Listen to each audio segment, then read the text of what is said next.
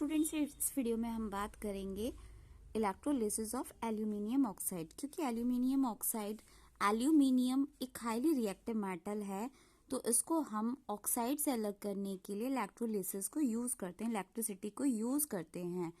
अब क्योंकि aluminium oxide का मेल्टिंग पॉइंट बहुत हाई होता है, लगभग इसका मेल्टिंग पॉइंट 2000 डिग्री सेल्सियस होता है, तो हम इसे मॉल्टन स्टेट में कन्वर्ट करने के लिए इसमें मिक्स कर देते हैं क्रायोलाइट। जब हम इसमें क्रायोलाइट मिक्स करते हैं तो ये मॉल्टन स्टेट में आ जाता है, फ्यूज्ड स्टेट में। ये इलेक्ट्रोलिटिक वेसल है जिसके अंदर 2 ग्रेफाइट की रॉड लगी हुई हैं। जो बैटरी के पॉजिटिव टर्मिनल से अटैच है उसको हम यहाँ पर बोलते हैं एनोड, और जो निगेटिव टर्मिनल से अटैच है उसको हम यहाँ पर बोलते हैं कैथोड। तो यहाँ पर मैं ए और सी से इसको डिनोट करती हूँ। हम देखते हैं कि जब इसे मॉल्टन स्टेट में डाला जाता है और इलेक्ट्रिसिटी को इसमें भेजा जाता है तो ये कुछ कन्वर्ट हो जाता है Al2 plus Al3 positive and O2 negative में। क्योंकि अब हम देखते हैं रिएक्शन क्या होती है।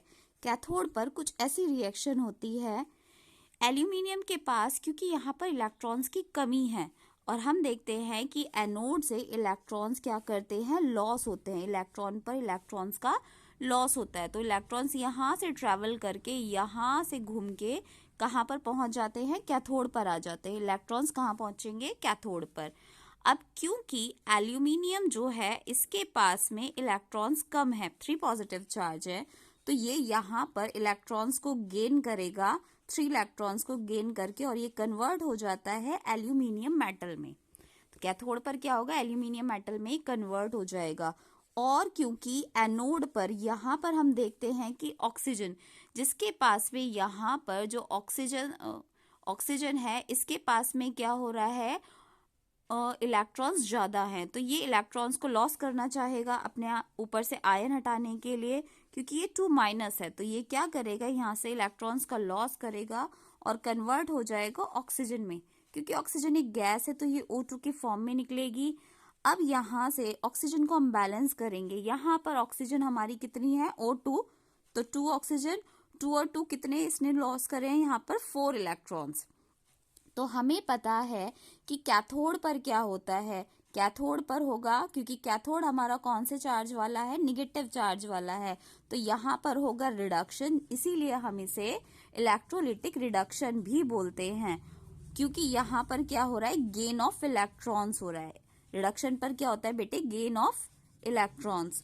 और अगर हम देखें एनोड पर, क्योंकि यहाँ पर लॉस ऑफ इलेक्ट्रॉन्स हो रहा है, क्योंकि यहाँ पर देख रहे हैं आप, इलेक्ट्रॉन्स का 4 इलेक्ट्रॉन्स का लॉस हुआ है, तो इसीलिए इस प्रोसेस को हम क्या बोलते हैं, ऑक्सीडेशन।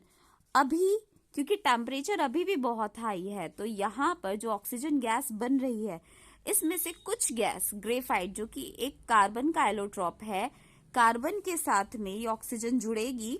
अभी देखिए कार्बन के साथ में, क्योंकि हाई टेम्परेचर है बहुत ज्यादा, ऑक्सीजन जुड़ेगी और ये किसमें कन्वर्ट हो जाएगा, हमारा कार्बन डाइऑक्साइड में। इसीलिए जब भी हम एल्यूमिनियम का इलेक्ट्रोलिसिस करते हैं तो हमें टाइम टू टाइम ग्रेफाइट को चेंज करना पड़ता है, क्योंकि यहाँ कार्बन डाइऑक्साइड गैस फॉर्म होती है और ये कैसा हो जाएगा, इसकी शेप चेंज होती रहेगी, तो बार बार हमें इसे चेंज करना होगा, जो कि कॉस्टली प्रोसेस होती है। इसीलिए एल्यूमिनियम हमारा कॉस्टली होता है, जबकि ये हमारी अर्थ पर सबसे अबंडेंट मेटल है। ओके।